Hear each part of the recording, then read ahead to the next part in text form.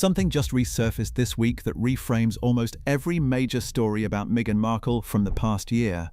And it is not a rumor. It is not speculation from a tabloid.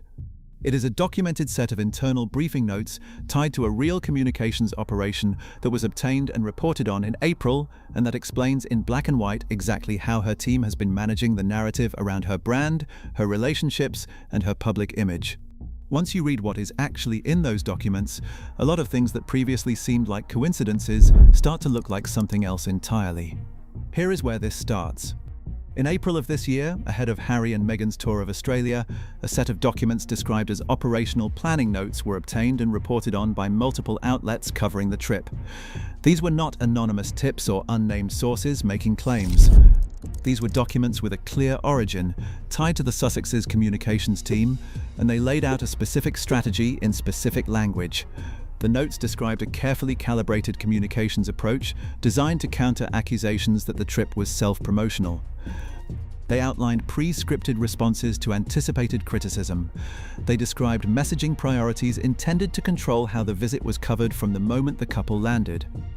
Now, that context matters enormously for everything that has happened around Meghan's brand over the past several months, because that same disciplined, pre-planned approach to narrative management does not switch off between major trips. It is a permanent operating mode. And the evidence for that is sitting in plain sight across a string of stories that each looked unrelated when they first appeared. Start with the As Ever and Netflix split in March. Both sides released statements the same day. Both statements used near identical language. Netflix said the partnership was always intended to lead to independence. Meghan's team said the brand was grateful for the collaboration and ready to stand on its own. Two separate organizations, two separate PR teams, one coordinated message released simultaneously. That is not how two parties accidentally describe the same situation in the same words on the same day. That is a negotiated statement, drafted together, timed together, and released to land as quietly as possible on a Friday morning news cycle. Compare that to how the brand expert community has been describing Meghan's overall communications pattern this year. A former DKNY PR director and brand strategist, speaking to a media industry publication this month, described Markle's current approach as generating momentum without direction. She noted that the communications operation, and she used the specific phrase that it was now on its 11th publicist, understands that controversy and anticipation generate identical search behavior. It does not matter whether the story circulating is positive or critical. Both produce the same outcome in terms of search volume and media coverage. The strategy, as described, is built around creating a spike, not around building durable, sustained interest. That framing, controversy, and anticipation generating identical search behavior is worth sitting with for a moment. It means the communications operation is not optimizing for positive coverage, it is optimizing for search volume. The goal is not for people to think well of Meghan Markle. The goal is for people to search her name, click on the brand, open the store. And for the first year of As Ever, the data suggests that worked. Products sold out in minutes. Traffic hit 268,000 monthly visits by January. Instagram posts generated immediate sellout moments. The strategy was producing the metric it was designed to produce. The web traffic data released this week makes that pattern visible in numbers. When As Ever launched in April 2025, the site recorded enormous traffic. Products sold out in minutes. Coverage was everywhere. Then, according to similar web data reviewed by Newsweek this week, traffic fell 46% in the first 6 months of 2026. January to June, 268,000 visits down to 145,000. Each major announcement, the bookmark collaboration, the wine range expansion, the Australia trip speculation, generates a short spike followed by a return to the declining baseline. A separate analysis found that website visits had dropped from 108,000 in December to 61,500 by April for US visitors specifically, which matters because the US is currently the only market As Ever ships to. Spike, drop, spike, drop. That is the pattern the data shows. And that is consistent with a communications strategy built around generating media moments rather than building sustainable commercial interest. Now look at the Australia trip itself through the same lens. The leaked operational planning notes describe the messaging as designed to counter criticism before it arrived publicly, not to respond to it after. That is a significant distinction. Preemptive counter-messaging means the communications team anticipates exactly what the negative story will be, drafts a response to it, and deploys that response at the moment of the announcement so that the critical framing and the rebuttal arrive in the press cycle simultaneously. That technique was documented in the April briefing notes, but it is the same technique visible in March's Netflix split statement, where both parties' language anticipated and preempted the obvious negative reading of the story before any outlet had published one.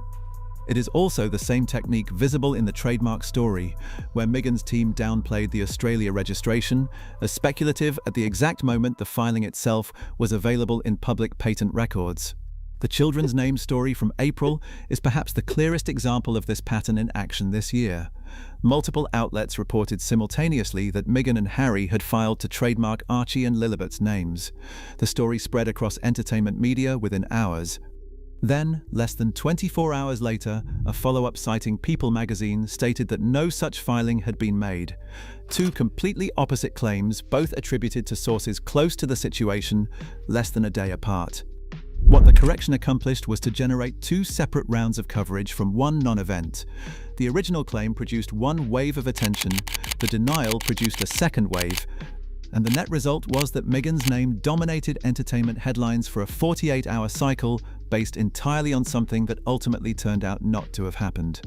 Whether that cycle was engineered deliberately or happened accidentally is something only the people inside the operation know. But it produced the same outcome as the Australia documents described as the goal: sustained search volume and media presence, regardless of whether the underlying story was positive or negative. What the April planning notes revealed that was genuinely new was the explicit acknowledgement that the communications strategy was designed around perception management in a Commonwealth country where Charles remains head of state. The notes described an attempt to distance the visit from taxpayer funding. They outlined pre-scripted responses. They acknowledged that the optics of the trip would be challenged and prepared messaging to address that before the challenge arrived publicly. That is a sophisticated operation. It is also an operation that leaves paper trails, and in April, one of those trails became public. Meghan's personal absence from the As Ever Instagram since June 12th is the most recent visible data point in this same pattern, because it is the moment when the usual mechanism appears to have paused. The standard playbook, according to the brand expert analysis, involves a regular cycle of strategic content release, controlled media moments, and a spike in coverage followed by a decline until the next moment. Since June 12th, that cycle has visibly stalled. The brand account is still posting. The products are still listed, but the face of the brand, the person the communication strategy has always centered on, went quiet more than 6 weeks ago, and nothing that has come out of her team since then has explained why. And there is one more documented data point from this week that fits directly into this same frame. According to reporting from Radar Online, Netflix did not merely exit its equity stake in As Ever in March, it subsequently returned all remaining As Ever inventory to the brand. Not just the investment, the physical product. That is a detail that neither the Netflix statement nor the As Ever statement from March mentioned, and it did not surface publicly until this week, more than 4 months after the split was announced. The gap between when the split happened and when that specific detail became known is itself an example of the same communication pattern, releasing the manageable part of the story publicly, while the more revealing detail sits unreported until a separate outlet surfaces it months later. That silence, after a year of very deliberate, very documented, very data-visible communications activity, is the part of this story that does not yet have a clean answer. The April documents told us what the strategy looks like when it is running.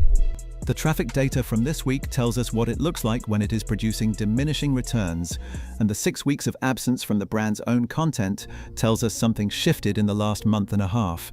What it shifted toward, and what comes next, is the open question sitting underneath all of it right now. What makes the April planning documents so significant in retrospect is that they are the first time the machinery behind this communications operation became visible as a document rather than as an inferred pattern. Up until that point, observers could describe the approach, note the timing of statements, track the media spikes, and point to the coordinated language. But they could not point to a file. The April documents changed that. And they changed it at a moment when the traffic data, the YouGov polling, the Netflix inventory return, and the 6-week social media absence are all telling the same story from different angles at the same time. What the operational planning notes showed is that the strategy exists, is deliberate, and is designed explicitly around managing perception in advance of criticism. What the numbers released this week show is that the same strategy, executed consistently for over a year, has not arrested the underlying decline in the commercial metrics it was ultimately supposed to protect. Those two things existing simultaneously, a sophisticated documented communications operation and a 46% traffic drop in the brand it was built to support, is the story that will be examined long after this particular news cycle moves on. In March of this year, Netflix quietly stepped away from Meghan Markle's lifestyle brand after barely a year of working together. Then, less than 3 weeks later, the same company announced a brand new drama series with Meghan and Harry attached as executive producers. Two moves from the same streaming service about the same couple, pointing in almost opposite directions within a single month.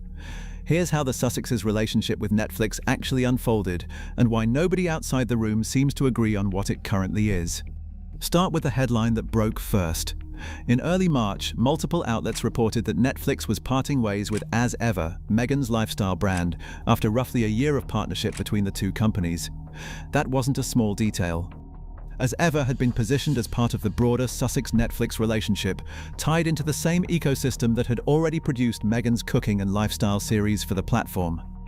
Losing that piece looked on its face like a sign the wider deal was cooling off, and it landed right in the middle of a year where every Sussex business move was already being read as a signal about where things stood with the streamer. Then came the twist most casual observers missed. Just over 2 weeks after the As Ever news broke, Deadline and multiple entertainment outlets reported that Harry and Meghan were developing an entirely new project for Netflix, a scripted drama set in the polo world, executive produced under their existing deal and following their 2024 docu-series about the sport. The show was described as an upstairs-downstairs style drama centered on rival polo families, written by the same writer behind the series Teacup and set in the equestrian town of Wellington, Florida. So within the same month, Netflix distanced itself from one Sussex-branded product while greenlighting an entirely different one under the same overall partnership. That contradiction is exactly what pushed this story into open dispute.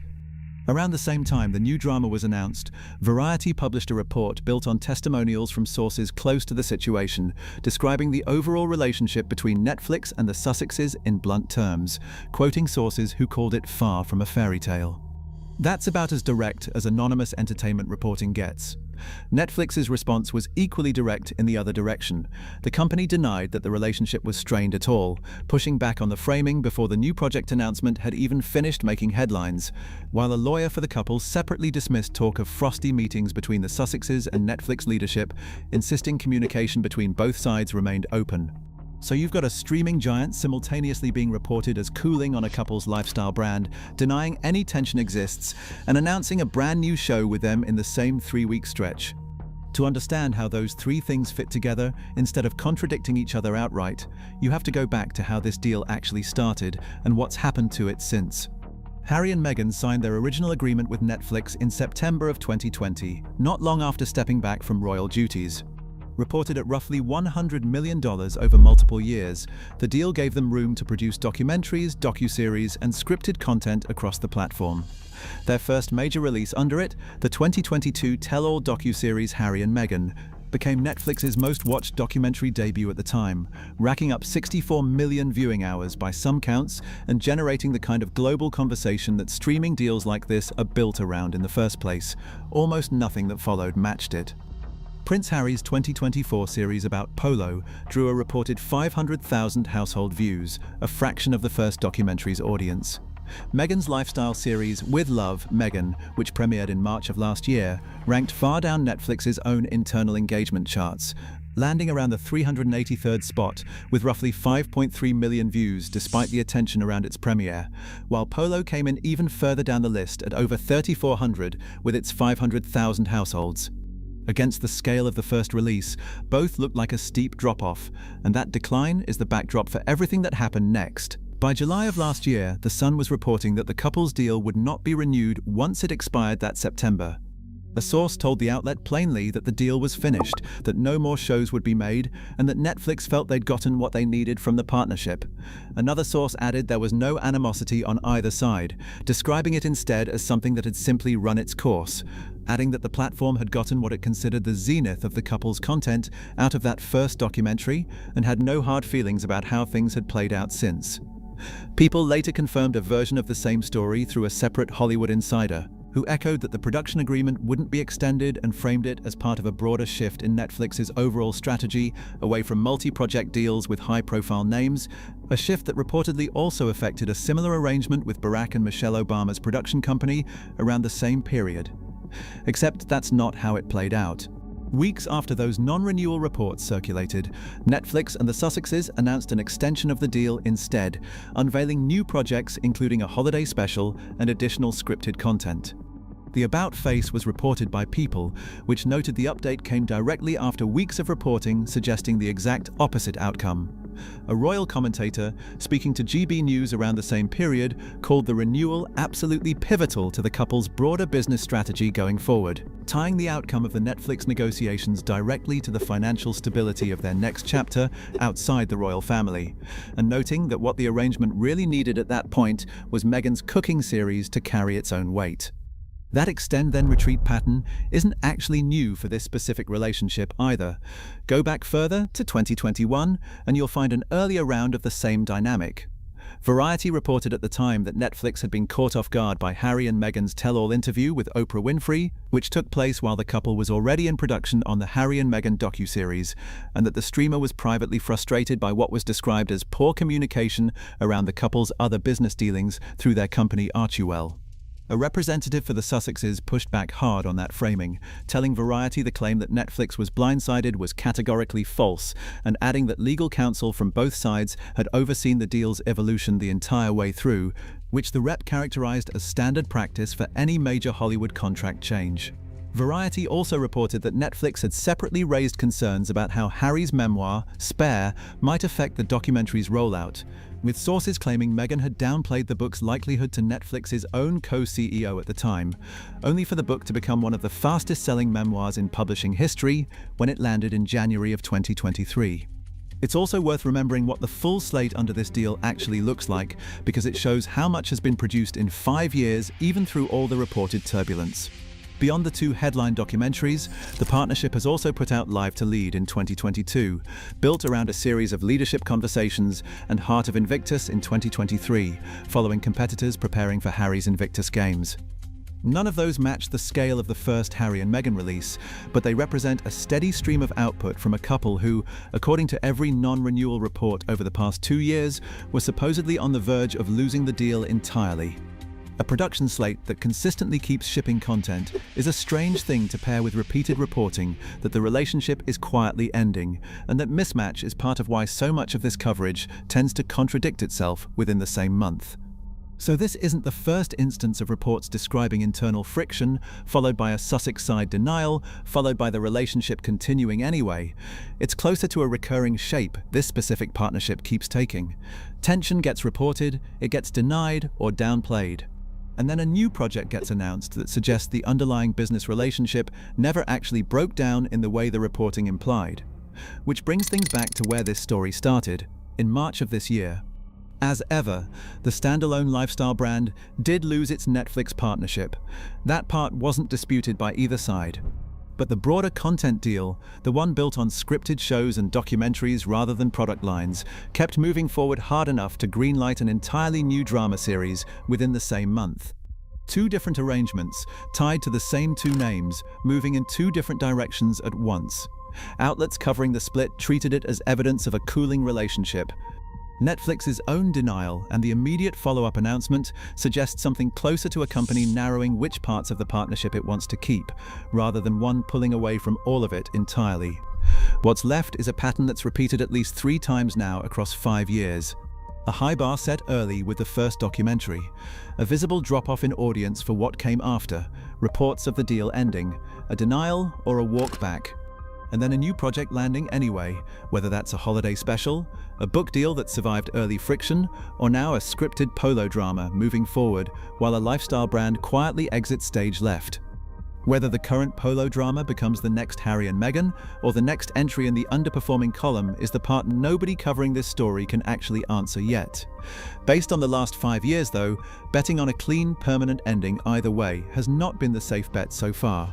It's also worth putting the As Ever split itself in its proper context, rather than folding it entirely into the Netflix story, because the two brands were never quite as merged as some of the coverage implied.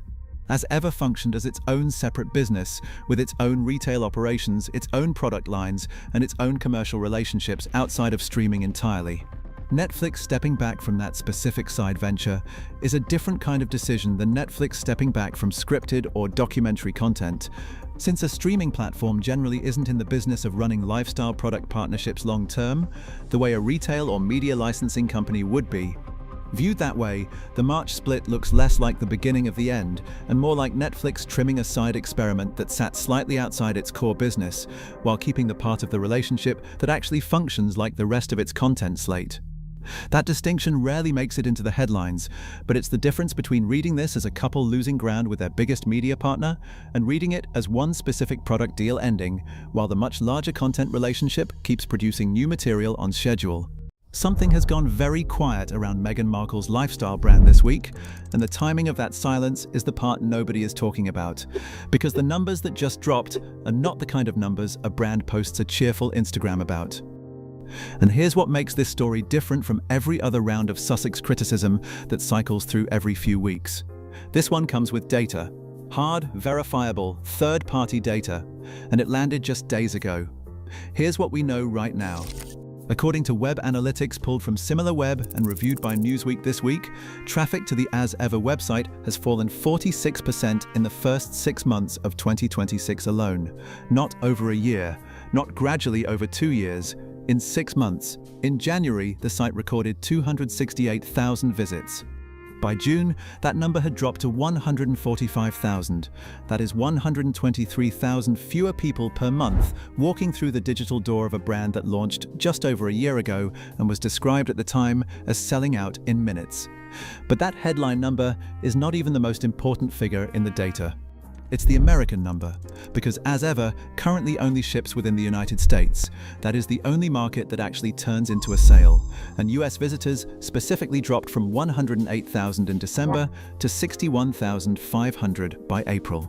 That is nearly a 43% drop in the one geographic audience that can actually buy the product. Every other visitor is just a number on a chart that goes nowhere. And that decline is not spread evenly across the year either.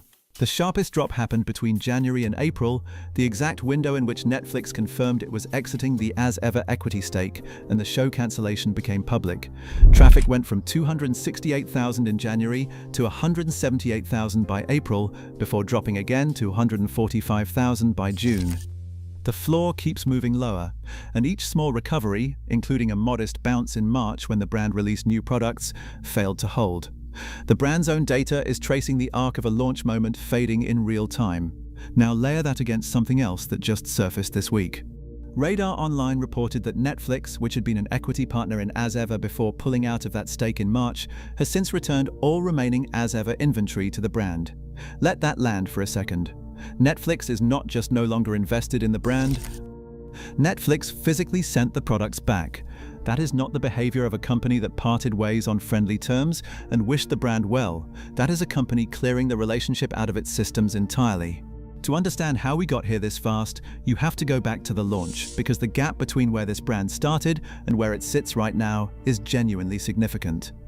As Ever launched in April 2025 alongside Meghan's Netflix series With Love, Meghan, the first product drop sold out within minutes. The site was flooded, coverage was everywhere.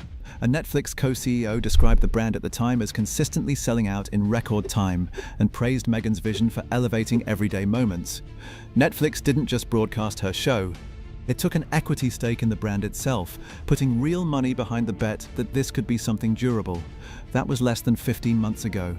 What followed was a slow unraveling that became impossible to ignore by March of this year.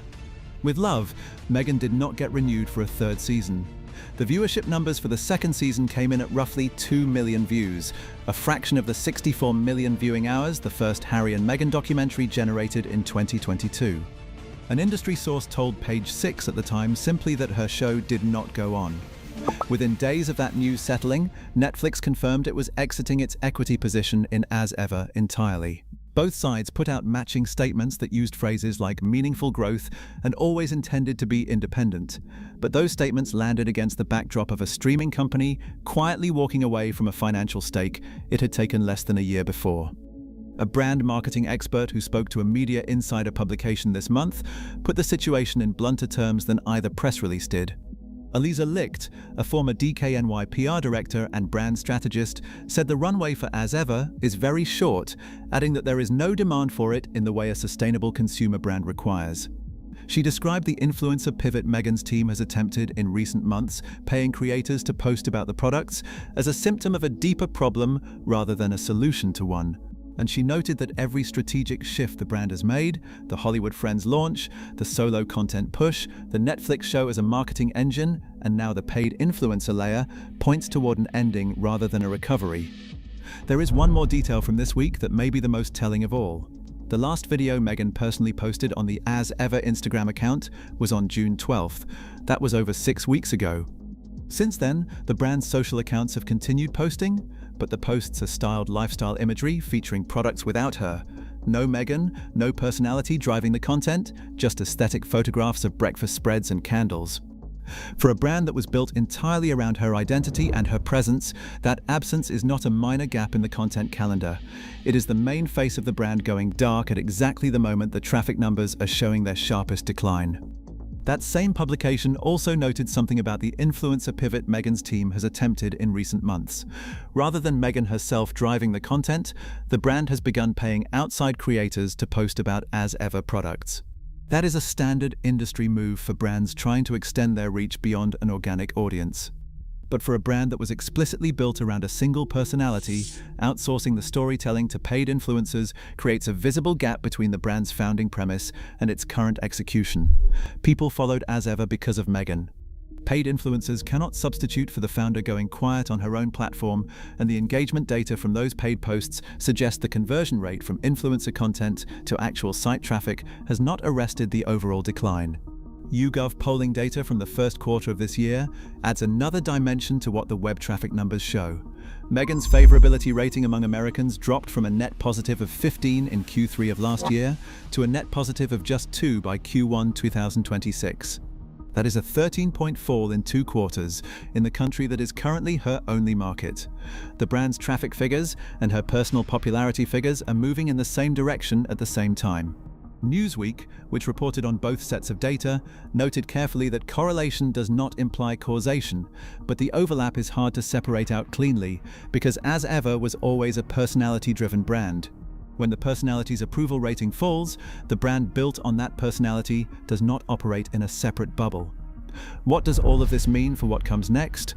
The honest answer is that nobody outside the brand's inner circle knows, and even the brand's social output over the last 6 weeks suggests that whatever the next chapter looks like, it has not been announced yet. There is reportedly a cookbook in development tied to recipes from the Netflix series. There have been signals about international expansion, with a trademark registered in Australia covering a wider range of categories than the US filing currently covers. The UK leather bookmark collaboration in January sold out quickly and pointed toward a possible British market push. But none of those things are the same as a structural plan for reversing a 46% traffic decline in the brand's core and only current market.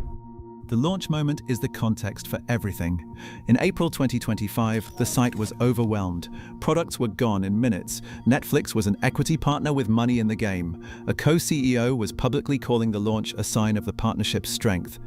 15 months later, the equity partner has sent the inventory back. The traffic is down nearly half. The show that drove that traffic has been cancelled, and the founder has not appeared on the brand's own social media in 6 weeks. That is the gap between where this started and where it sits this week. And nothing either company's carefully worded March statement said actually explains that distance. What the data points to, taken together, is a brand that ran on launch momentum for about 12 months and is now in a different and harder phase that no PR statement can substitute for. The sellout minutes that defined the first drop required novelty, the collective curiosity of millions of people who wanted to see what Meghan Markle's lifestyle brand actually looked like. That curiosity does not refresh automatically.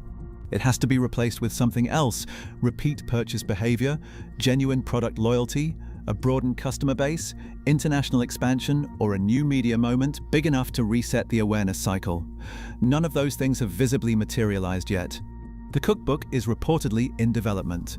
The Australia trademark hints at international ambitions, but development is not delivery, and hints are not a new product drop that refills the top of the traffic funnel. The brand expert's phrase, "very short runway," is the one that will sit with observers past this week's data cycle. Because a 46% traffic decline in 6 months in the only market you ship to, following the cancellation of the TV show that launched the brand and the exit of the equity partner who invested in it, is not a situation that resolves itself with a few aesthetic Instagram posts. It is a situation that requires a structural response. Whether Meghan's team has that response ready, and whether it lands before the traffic numbers fall further, is the story that is actually still developing right now.